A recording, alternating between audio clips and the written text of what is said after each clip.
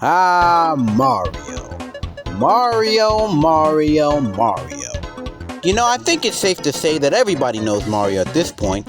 Hell, if you go on the street and ask a random person who the fuck Mario is, they'll probably say something like, "Oh yeah, that's that green guy from the Green Guy series." I think it's safe to say that Mario is a cultural icon in the video game community, having good games, good cast, and memorable characters. Okay, almost memorable.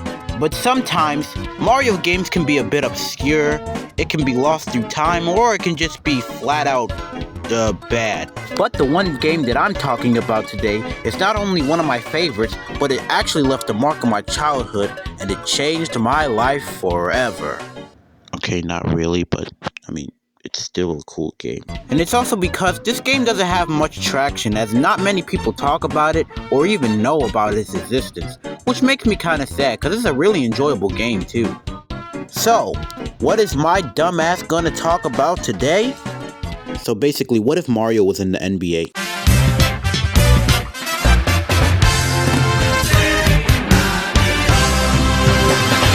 Yeah, this game deserves a lot more praise than it should. So for those who are unaware at this point, which most of you are, Mario Hoops 3-on-3 was released in 2006 and created by Square Enix and Nintendo. For what reason? I don't know, I guess they just wanted to see Mario slam dunk somebody. However, I'm here to talk about how the game works, how good this game is, and why it deserves the love that it should get. So, let's talk about Mario Hoops 3-on-3. Right off the bat, after the Nintendo and Square Enix credits roll, we get the sweet-ass intro music, which kinda goes hard, not gonna lie. Just imagine a Quad City rapped on this beat, god damn. Now before you do anything else, you have to go through the tutorial if you want to learn how to play the game, or else you're gonna get fucked. The tutorial basically teaches you the basic stuff about the game. Shooting, blocking, dodging, stealing, and murdering. Yeah, there's not really much to talk about here, so let's get to the characters. After choosing which cup you want, which is basically one if you're starting the game, you get this sweet character lineup.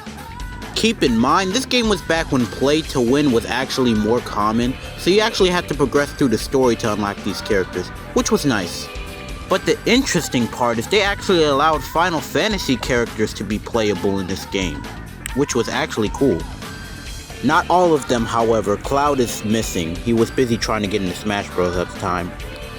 But who really needs Cloud when you got all these amazing characters, such as Black Mage, Ninja, Fake Rosalina, and a fucking cactus of all things. They actually allowed a cactus in this game. That's actually pretty cool. One of the best characters, in my opinion. But before choosing your character, there are 4 cups in this game. One if you're just starting out. If you beat the last cup, you obtain another cup. So that's basically how that works. There are 4 cups in the game entirely. If you beat the Mushroom Cup, you get the Fire Flower Cup. Beat the Fire Flower Cup and you get the Star Cup. And if you beat the Star Cup, you get the LGBTQ Cup. There's also a hard mode, but if you don't want to break your DS, I wouldn't recommend it. Each cup has 3 tracks with unique gimmicks and gameplay. I would go through all of them right now, but ain't nobody got time for that, so just search them up on YouTube instead. When the game starts, you have this little timer down here, and if you have more points than the other team by the end of the timer, you win. Do this 2 times and you advance on into the next match. There's also some items and obstacles that can either help you or stop you, but some of those are 50-50, so just take it with a grain of salt. Oh boy, the special shots. Special shots are performed while you're doing a pattern on the bottom of your DS screen. If you do it correctly and you do it long enough, a character will make this sweet ass animation that cannot be blocked or cannot be dodged, depending on if the person is close enough to the goal. However, people can stop you from doing it mid-transformation, so just try to be careful. All around, Mario Hoops 3-on-3 is a phenomenal game. I'm surprised it doesn't get talked as much. I wouldn't mind if the series came back in any way, shape, or form, just as long as they don't botch it like they did with Mario Strikers. Now I could go over the different maps, the different controls, color palettes, such and such, but I'm too tired for that. If you want to know more about the game, I suggest looking at other channels that talked about it, or just look at the gameplay on YouTube. Trust me, it is fun to watch. All around, that's all I have to say about this game. It's a phenomenal game and I can't wait to revisit it in the future. Thank you guys for watching, and as always,